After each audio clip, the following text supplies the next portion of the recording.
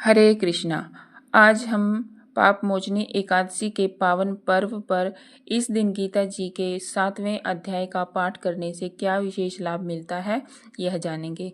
हिंदू धर्म में एकादशी का व्रत भगवान विष्णु जी को अत्यंत प्रिय है। हर एकादशी का अलग अलग अपना महत्व है, लेकिन पाप मोचनी एकादशी विशेष रूप से पापों को नाश करने वाली मानी गई है। मान्यता है कि जो भी श्रद्धा और भक्ति के साथ इस दिन व्रत करता है, भगवान श्री विष्णु जी की पूजा करता है, उसके जीवन के कई कष्ट दूर हो जाते हैं। पाप मोचनी एकादशी पर गीता जी के 7वें अध्याय का पाठ करने से जन्म जन्मांतर के कष्ट दूर होते हैं। भगवत गीता का 7वां अध्याय ज्ञान विज्ञान योग के नाम से जाना जाता है। इस अध्याय में भगवान श्री कृष्ण जी अर्जुन को अपने दिव्य स्वरूप और भक्ति के महत्व के बारे में बताते हैं। इस अध्याय का पाठ हमें सिखाता है कि परमात्मा हर जगह मौजूद है और सच्ची भक्ति से ही उन्हें प्राप्त किया जा सकता है। इस अध्याय का पाठ करने से पापों का नाश होता है, मन शुद्ध होता है और भगवान श्री विष्णु जी और कृष्ण जी की विशेष कृपा प्राप्त होती है। जीवन में सकारात्मक ऊर्जा और शांति आती है। भक्ति और आध्यात्मिक ज्ञान में वृद्धि होती है और कठिन परिस्थितियों से निकलने की आपको शक्ति मिलती है। जो व्यक्ति पाप मोचनी एकादशी के दिन सुबह स्नान करके भगवान विष्णु जी की पूजा करता है और गीता जी के 7वें अध्याय का श्रद्धा से पाठ करता है, उसके जीवन में सुख, शांति और समृद्धि का वास होता है। एक छोटा सा संदेश है। भगवान श्री कृष्ण जी कहते हैं, जो भक्त सच्चे मन से उन्हें याद करते हैं वह कभी अकेले नहीं होते। इसीलिए इस पावन एकादशी पर भक्ति, ध्यान और गीता जी के पाठ के माध्यम से अपने जीवन को पवित्र बनाएं। तो आइए सभी मिलकर सुनते हैं गीता जी के 7वें अध्याय का पाठ और उसका महत्व क्या है। बोलो श्री कृष्ण भगवान की जय हो। लक्ष्मी नारायण भगवान की जय हो। ओम नमो भगवते वासुदेवाय। जल वायु भूमि अनल पंचम व्योम महान, बल बुद्धि और अहमपन 8 प्रकृति जान। यह मेरी माया प्रबल भव के बीच प्रधान, इसके अंश जो वस्तु है जाल उसी का जान। हे अर्जुन जिमि सुत में सूत के मोती होए, तिमि तुझ में सारा जगत जानो ओतप्रोत। मुझसे बाहर कुछ नहीं, मैं हूँ सबका ठोर। इस 7वें अध्याय में कहते माखन चोर। तो बोली श्री कृष्ण भगवान की जय हो। श्री कृष्ण भगवान बोले, हे पार्थ, मुझ में मन लगा करके मेरे ही आश्रय होकर योगाभ्यास करते हुए मेरे स्वरूप का संशय रहित पूर्ण ज्ञान होगा सो सुनो। वह पूर्ण ज्ञान मैं तुम्हें सुनाता हूँ,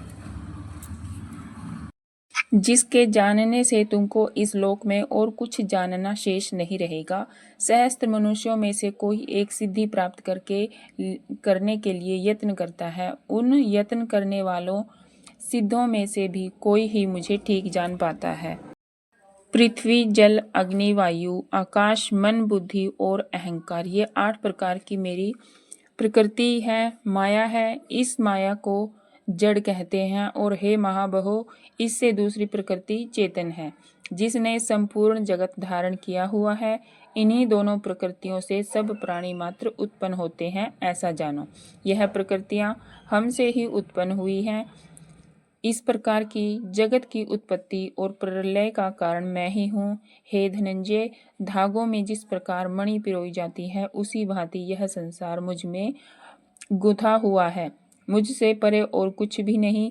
हे कुंती पुत्र, जल में रस मैं ही हूँ, चंद्रमा और सूर्य में प्रभा मैं ही हूँ, सब वेदों में प्रणव मैं ही हूँ, आकाश में शब्द तथा पुरुषों में पौरुष मैं ही हूँ। हे अर्जुन, पृथ्वी में जो सुगंध है तथा अग्नि में जो तेज है वो मैं ही हूँ। हे पार्थ, संपूर्ण प्राणियों में सनातन बीज रूप मुझको ही जानो। बुद्धिमानों में बुद्धि रूप और बलवानों में, पुरुषों में बल और पुरुषों में धर्म के विरुद्ध न जानने वाला कर्म मैं ही हूँ। जितने सात्विक, राजस, तामस पदार्थ हैं वे सब मुझसे ही उत्पन्न हुए हैं, परंतु उनमें मैं नहीं रहता। ये सब मुझ में है। सत्य, रज, तम, ये तीनों गुणों के प्रभाव से यह सारा संसार मोहित रहता है। इस कारण इससे परे मुझ अवयव परमात्मा को नहीं जानता। मेरी यह गुणमयी और दिव्य माया अत्यंत दुष्कर है। जो मुझको अनन्य भाव से भजते हैं वे इस माया को पार कर जाते हैं। जो पापी मूढ़ नराधम माया ने जिसका ज्ञान हर लिया है और असुरी भाव ग्रहण किए हुए हैं वे मुझको नहीं पाते। हे भारत श्रेष्ठ, 4 प्रकार के जीव मुझको भजते हैं, दुखिया, जिज्ञासु, ऐश्वर्य की कामना करने वाला और ज्ञानी। जिनमें मुझे सदा एकाग्रचित और केवल मेरी भक्ति करने वाले ज्ञानी पुरुष श्रेष्ठ लगते हैं, क्योंकि मैं ज्ञानी को अत्यंत प्रिय हूँ और वह मुझको अत्यंत प्रिय है। यद्यपि ये सभी भक्त श्रेष्ठ हैं, तथापि ज्ञानी तो मेरी आत्मा ही है, क्योंकि वह मुझ में ही मन लगाकर मुझको ही सर्वोत्तम गति मान मेरा ही आश्रय ग्रहण करते हैं। अनेक जन्मों के अंतर ज्ञानी मुझे पा लेते हैं। ऐसा महात्मा अत्यंत दुर्लभ है जो सब जगत को वासुदेवमय समझे। अपनी अपनी प्रकृति के नियम के अनुसार मनुष्य भिन्न भिन्न काम वासनाओं के अज्ञान में डूबकर उन फलों की चाह से अन्य देवताओं के अधीन होकर उनकी उपासना करते हैं। हे अर्जुन, जो भक्त श्रद्धा पूर्वक जिन जिन देवताओं का पूजन करना चाहते हैं उन पुरुषों की उस श्रद्धा को मैं दृढ़ कर देता हूँ। वह इस श्रद्धा से युक्त होकर उस देवता की आराधना करता है, फिर उसको मेरे ही रचे हुए कर्म फल प्राप्त होते हैं। परंतु उन अल्प बुद्धि वालों का फल नाशवान है। देवताओं की आराधना करने वाले देवताओं को मिलते हैं और भक्तजन मुझ में मिल जाते हैं। मेरे अविनाशी अत्युत्तम स्वरूप को न जानकर मंदबुद्धि लोग मुझे अव्यक्त को व्यक्त देहधारी मानते हैं। मैं योग माया से आच्छादित होने के कारण सबको नहीं दिखता हूँ। उसी से मूढ़ लोग अनादि तथा अविनाशी मुझको नहीं जानते। हे अर्जुन, मैं भूत भविष्य और वर्तमान के सब प्राणियों को जानता हूँ, पर मुझे कोई भी नहीं जानता। हे भारत, हे परंतप, इच्छा और द्वेष से उत्पन्न होने वाले सुख दुख आदि द्वंद्वों के मोह से जगत के सभी प्राणी भ्रम में फंस जाते हैं। जिन पुण्यात्माओं के पाप नष्ट हो गए हैं वह पुरुष द्वंद्व के मोह से छूटकर दृढ़ निश्चय करके मेरी भक्ति करते हैं और मेरा आश्रय लेकर जन्म मरण के दुख दूर करने के अर्थ प्रयत्न करते हैं।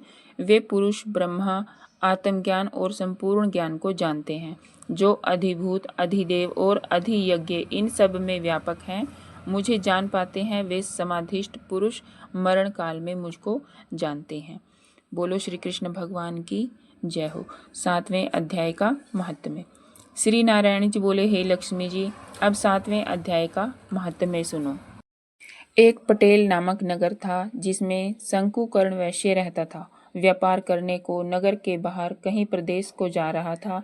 रास्ते में शंकुकर्ण को एक सर्प ने डस लिया, जिससे वह मर गया। तब उसके साथी दाह क्रिया करके आगे को सिधारे। जब लौटकर घर में आए तब उसके पुत्र ने पूछा, मेरा पिता शंकुकर्ण कहाँ है? तब उन व्यापारियों ने कहा, तेरा पिता को सर्प ने डस लिया था, सो वह मर गया है, और यह पदार्थ तेरे पिता का है, सो तू ले ले। पुत्र ने कहा, जिस सर्प ने मेरे पिता को काटा है मैं उसको मारूंगा। उन व्यापारियों ने कहा, चलो वह ठोर मुझे बताओ जहाँ मेरा पिता शंकुकर्ण मरा है।